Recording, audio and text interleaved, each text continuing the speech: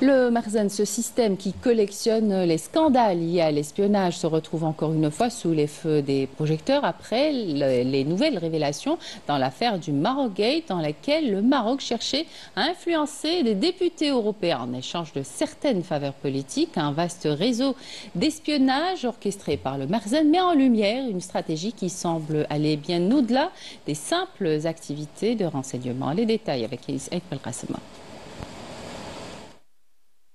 Depuis quelques années, le Marzen est au cœur de plusieurs scandales liés à l'espionnage.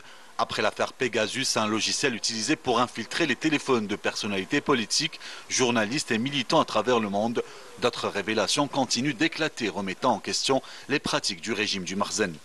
La plus récente de ces affaires, la Marokgate, ce scandale aurait révélé que le Maroc cherchait à influencer des députés européens en échange de certaines faveurs politiques grâce à un réseau d'espionnage bien organisé.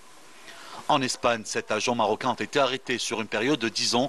Ces derniers opéraient sous couverture, souvent avec de fausses identités, pour transmettre des informations stratégiques. En Allemagne, en France et même en Afrique, les autorités ont également démantelé des réseaux d'espionnage liés au régime du Marzen. Leur méthode, recruter des individus en apparence ordinaires, chauffeurs de taxi, serveurs ou employés d'hôtels, pour collecter des informations sensibles. Des pratiques inquiétantes qui dépassent le simple cadre diplomatique. L'Union européenne a déjà émis des avertissements aux diplomates à Bruxelles, leur demandant d'être vigilants face à ces tentatives d'infiltration. Aux Pays-Bas, l'affaire a pris une tournure plus sévère. Plusieurs Marocains ont été arrêtés, accusés de menacer la sécurité nationale et européenne. Les autorités néerlandaises parlent d'une véritable tentative de déstabilisation.